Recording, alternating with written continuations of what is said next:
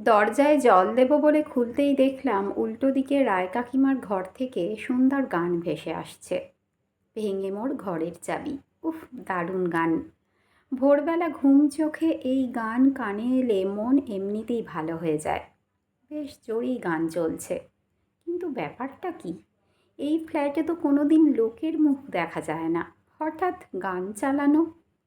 আমি দরজার বাইরে একটু বেরিয়ে এলাম। সেখান থেকে রায় কাকিমাদের ফ্ল্যাটের ডাইনিংটা পরিষ্কার দেখা যাচ্ছে। কাকু বসে চা খাচ্ছে। ঘড়িতে 6:30।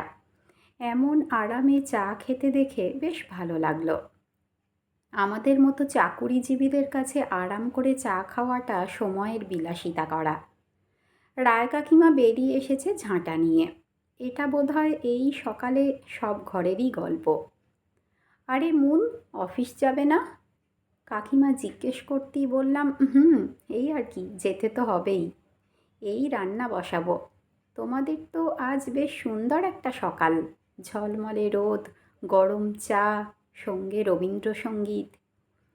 কাকিমা ঝাঁটা হাতেই পিছন ঘুরে নিজের ডাইনিংটা দেখল। ভোরের রোদটা সুন্দর আসে কাকিমাদের ডাইনিংয়ে। বাইরে থেকে ঘরটা দেখে অদ্ভুত তৃপ্তি লাগছে। রবীন্দ্রনাথও গান বদলে দিয়েছেন। মাঝির লাগি আছি জাগি সকল রাত্রিবেলা, ঢেউগুলো যে আমায় নিয়ে করে কেবল খেলা। কাকিমা আমার দিকে তাকিয়ে বলল, হুম, আমাদের ঘর এখন এমনই বিশ্রামে থাকবে। দৌড়াদৌড়ি নেই, অফিস যাওয়ার তাড়া নেই, সকালে উঠে হাঁকডাক নেই, শুধুই বিশ্রাম। রায় কাকিমার গল্প আমি আগেও বলেছি। কিছু মানুষ আছেন কথা দিয়েই নিজের মনের ভাব প্রকাশ করেন। এটাও একটা দক্ষতা। আমি তাকিয়ে আছি দেখে কাকিমা বলল, কাল তোমার রায় কাকু রিটায়ার করলো, আজ থেকে শুধুই বিশ্রাম। উনি গান শুনতে ভালোবাসেন, তাই আজ থেকে আমাদের ফ্ল্যাট সুরে ছন্দে ভরে থাকবে। কাকু ঘন্টার পর ঘন্টা এরকম আরাম কেদারায় বসে গান শুনবে, আর আমি ওনার শখের খাবার এগিয়ে দেব, কারণ এখন থেকে ওনার বিশ্রাম। অফিস আরাম করার সুযোগ দিয়েছে। 60 বছর বয়স হয়ে গেল, আর কদিন। টানা 35 বছর ধরে তো খাটল। কাকিমা কথাগুলো বলছে ঠিকই, কিন্তু আমার কেমন একটা অন্যরকম লাগছে ওনার কথার ভাবগুলো। কিছু বললাম না।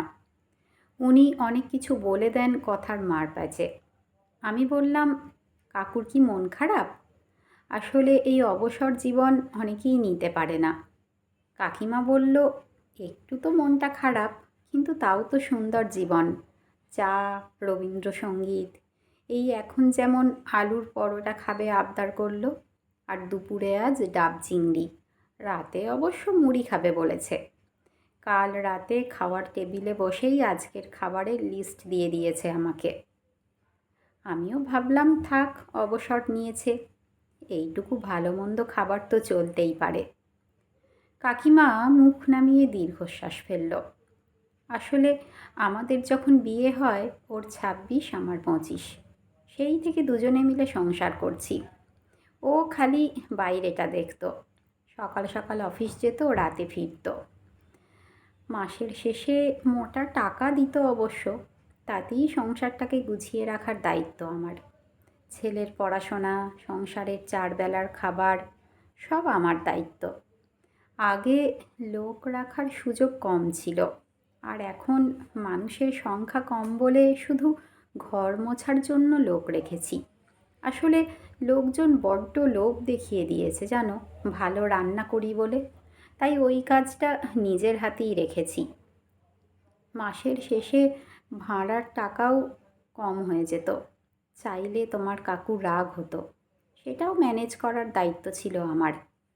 বললাম না, সব নিজে থেকেই করেছি, যাতে মাসের শেষে কোনো সমস্যা না হয়। মানে গায়ে গতরে মানসিক দিক থেকে খাটতে খাটতে আজ আমার 59 বছর বয়স। না, কোনো অভিযোগ নেই।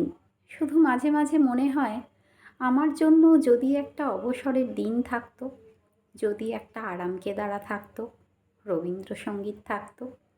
আমার যতই কোমরে ব্যথা হোক, মাথা ঝিমঝিম করুক, সকালে উঠে ঘর ঝাঁট দিয়ে রান্নাঘরে না ঢুকলে আমার অফিস বন্ধই থাকবে। সারাদিন পর রবীন্দ্রসঙ্গীতও বিস্বাদ লাগে। দেখলাম কাকিমা খুব দুঃখের সাথে বলল কথাগুলো। আমি তাকিয়ে রইলাম কাকিমার দিকে। সত্যিই তো, বয়স 60।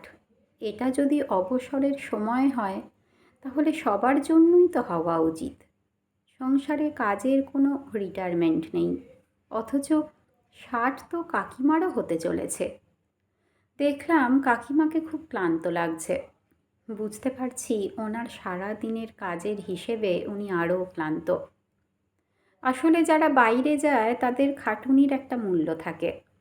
আমরা যারা ঘরে থাকি সবাই ভাবে এটা শান্তিতেই আছি, কোনো চাপ নেই। একবার মনে পড়ে তোমার কাকু 1 মাস মাইনে দেরি করে পেয়েছিল। কিছু সমস্যা ছিল বোধহয়। আমাকে বলল ম্যানেজ করো। ছেলে তখন ক্লাস 8। বুদ্ধি করে ম্যানেজ করেছি। অঙ্ক স্যারকে ইংলিশ স্যারের মাইনেটা দিয়ে ওনাকে একটু আটকে রেখেছি। মুদিখানা কিছুটা বাজার করেছি। এইসব খাটুনির কোনো দাম নেই গো। আজ মানসিক শারীরিক দুটোতেই আমি ক্লান্ত। মনে হয় একটা দিন শুয়ে বসে থাকি, আরাম কেদারায় বসে রবীন্দ্রনাথ শুনি। কিন্তু সংসার কোনো দিন বলে না আজ তোমার ছুটি। উল্টে আলুর পরোটা, ডাব চিংড়ির হুকুম আসে। রবিবার আবার ছেলে বৌমা সব আসবে বাবার অবসর জীবনের অভিনন্দন জানাতে। ছেলের ইচ্ছে মায়ের হাতের পনিরের কোপ্তা খাবে, আর বৌমার ইচ্ছে শাশুড়ির হাতের পোলাও মাংস খাবে। 9 মাসে 6 মাসে একবার আসে, এইটুকু আবদার তো রাখতেই হবে। হেসে দীর্ঘশ্বাস ফেলে কাকিমা আবার ঝাঁটাটা হাতে তুলে নিল। কাকিমাকে দেখে আমি ভাবছিলাম, একটা চাকরি থেকে মানুষ অবসর পায়, কিন্তু যে মানুষটা সারা জীবন একটা সংসারকে টেনে নিয়ে চলে তার অবসরের দিনটা কবে আসে? হয়তো সেই প্রশ্নের উত্তর আজও কোনো ক্যালেন্ডারে লেখা নেই। ঘরের ভেতর তখনও কাকু বসে চোখ বন্ধ করে শুনছে। তোমার হলো শুরু, আমার হলো সারা,